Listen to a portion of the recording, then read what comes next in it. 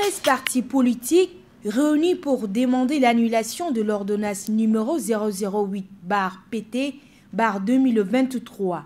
Ce document jugé arbitraire et restrictif à la liberté, il interdit tout regroupement de plus d'une cinquantaine de personnes sans une demande préalable auprès des autorités de transition.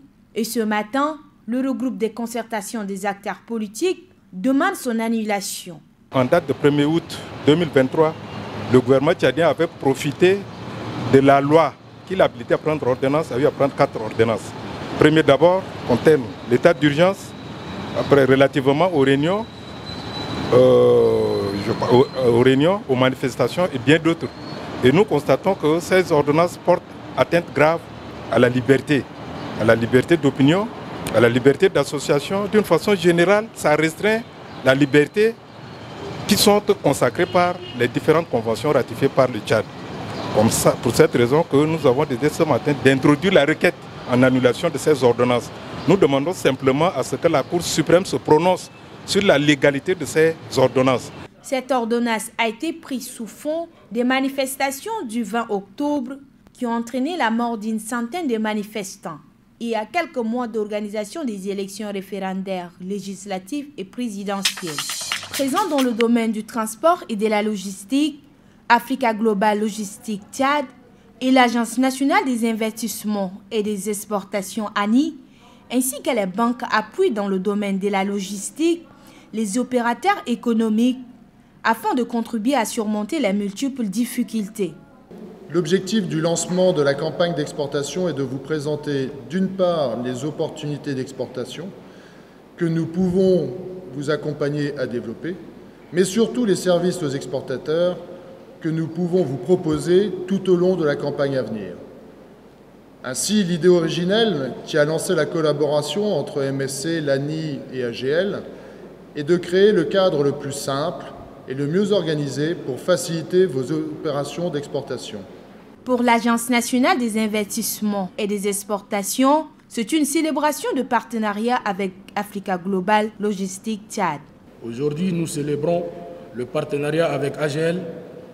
Ce partenariat a appelé à s'élargir à de nouveaux acteurs économiques pour nous permettre de proposer une offre de services complète, compétitive et qui facilite l'exportation de produits tchadiens. Cette rencontre a permis aux panélistes de se succéder pour la présentation du département Export Africa Global Logistique en suivant celle du Transit Time aux échanges avec les exportateurs qui ont saisi l'opportunité afin d'exprimer leurs difficultés logistiques. Le Premier ministre de transition Saleh Kebzabo a présidé une réunion de travail avec les membres du Conseil suprême tripartite d'orientation stratégique. Cette rencontre a pour but de discuter avec les membres du comité pour formuler une méthodologie de travail pour la mise en œuvre des points fixés dans la charte sociale triennale signée entre le gouvernement et ses partenaires sociaux le 4 octobre 2021. Se référant au programme du gouvernement, le Premier ministre Saleh Kebzabo a déclaré que le gouvernement est à l'écoute des citoyens et des médiateurs sociaux afin de maintenir la paix sociale. Le Premier ministre a accueilli avec satisfaction le rapport des travaux du comité technique et a assuré les partenaires sociaux qu'il n'y aura pas d'obstacle à la réalisation des points de la charte sociale. Le gouvernement est également déterminé à s'acquitter des obligations qui lui incombent dans le pacte social, a-t-il fait savoir. Aperçu en pleine avenue Goukouni-Wedei, non loin de l'école des filles de Gardolé dans le 3e arrondissement de N'Djamena, un homme trouve la mort après plusieurs heures passées sous le soleil devant les boutiques à proximité du grand marché de N'Djamena. D'après les commerçants des consommables bureautiques, cet homme s'est pointé depuis le matin à l'ouverture de leur boutique et visiblement dans un état critique. Alertés pour porter secours à cet homme, les agents de la police municipale en faction au grand marché n'ont rien fait pour sauver cet homme qui en réalité se trouvait dans un état de santé critique, témoignent les commerçants. Ils ont souligné que les éléments de la police municipale ont traité cet homme de soulard et l'ont abandonné sur place. Après plusieurs heures sous le soleil, cet homme décède en pleine rue faute d'assistance. Après la suspension du boycott des activités présidentielles, les organisations de presse à l'origine de cette action ont décidé ce 19 octobre de faire le compte-rendu de leur rencontre avec le directeur du cabinet civil de la présidence, Idriss Youssouf Boy. La suspension du boycott des activités présidentielles est intervenue le 6 octobre, juste quelques minutes après une rencontre avec le directeur du cabinet civil de la présidence. Ces boycotts décidés début septembre est justifié notamment par les entraves à la liberté de presse émanant de la direction de la communication de la présidence. En clair, des journalistes ont subi des violences lors des activités présidentielles et empêchés d'exploiter ou d'avoir accès aux informations de la présidence. Désormais, informe-t-il, la direction générale de la communication de la présidence n'est plus interlocutrice des médias appartenant à l'Union des radios privées du Tchad, le patronat de la presse tchadienne, l'Association des télévisions privées du Tchad, l'Association des éditeurs de la presse privée du Tchad et l'Association des médias électroniques du Tchad. Ce rôle est joué par la conseillère aux médias du président de transition et le directeur du cabinet civil. Voici le vrai biais, le bon biais. Et celui-là, c'est un faux billet. Ces faux billets, M. Djoktelang Angobonan les a reçus pendant qu'il pleurait sa défunte femme. Ces jours, parmi ceux qui sont venus lui rendre condoléances, l'un d'eux l'a glissé comme assistance. Et il s'est rendu compte de la supercherie quelques jours après. Donc c'est les femmes du marché qui ont découvert que c'est un faux billet.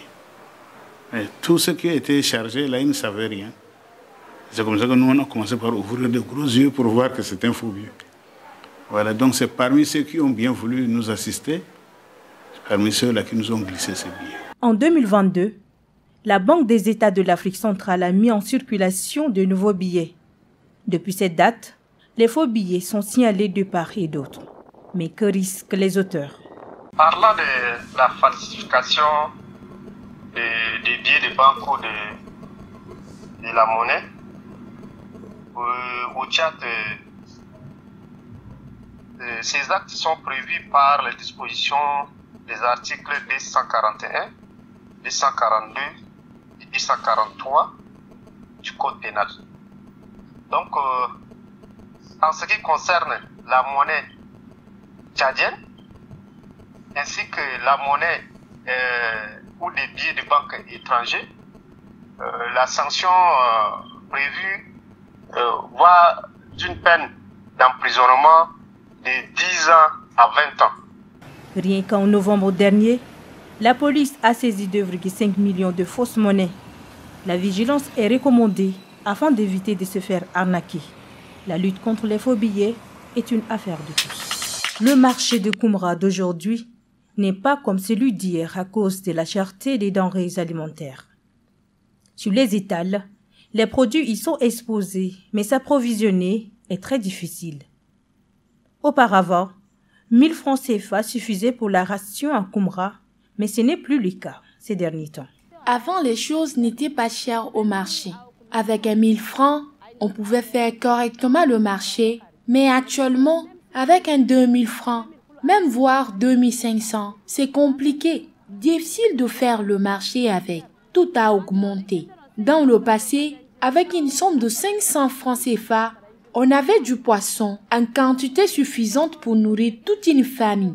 Mais de nos jours, c'est quasiment impossible. Le prix du sac de céréales se vend au double voire au triple. Une situation inhabituelle qui laisse les ménagères abasourdies. Et ce commerçant tente de se justifier. Par rapport à la denrée alimentaire, nous on a vraiment des problèmes. Avant que je vous explique, il y a un problème de carburant. Ça c'est 1. 2. Problème d'inondation. 3. L'état de la route. C'est-à-dire chez nous, l'axe Maïsala et Koumra, la route est vraiment impeccable. Donc ça aussi, ça joue sur cela. Et encore, il y a un problème entre éleveurs et agriculteurs. Cette situation est intenable selon le maire de la ville de Koumra. Pour lui, à l'allure où vont les choses, le pire est à craindre. Le prix augmente. Le prix augmente, que ce soit le mil, que ce soit l'arachide, etc. Le prix augmente. Et là, la population se plaint toujours auprès de la commune. La population se plaint également auprès du gouverneur. Mais toujours est-il qu'elle n'a pas trouvé gain de cause. Il y a également la flambée de prix sur le carburant. Alors là, sur le marché, le prix augmente de jour en jour. Ça diminue, ça rechute, ça augmente. Et là, c'est le premier problème de la population. Là, c'est en matière de carburant et puis en matière des produits manufacturés. Koumra est réputée être une ville où le coût de vie est favorable. Mais ces derniers temps, tout augmente et la population crie à l'aide.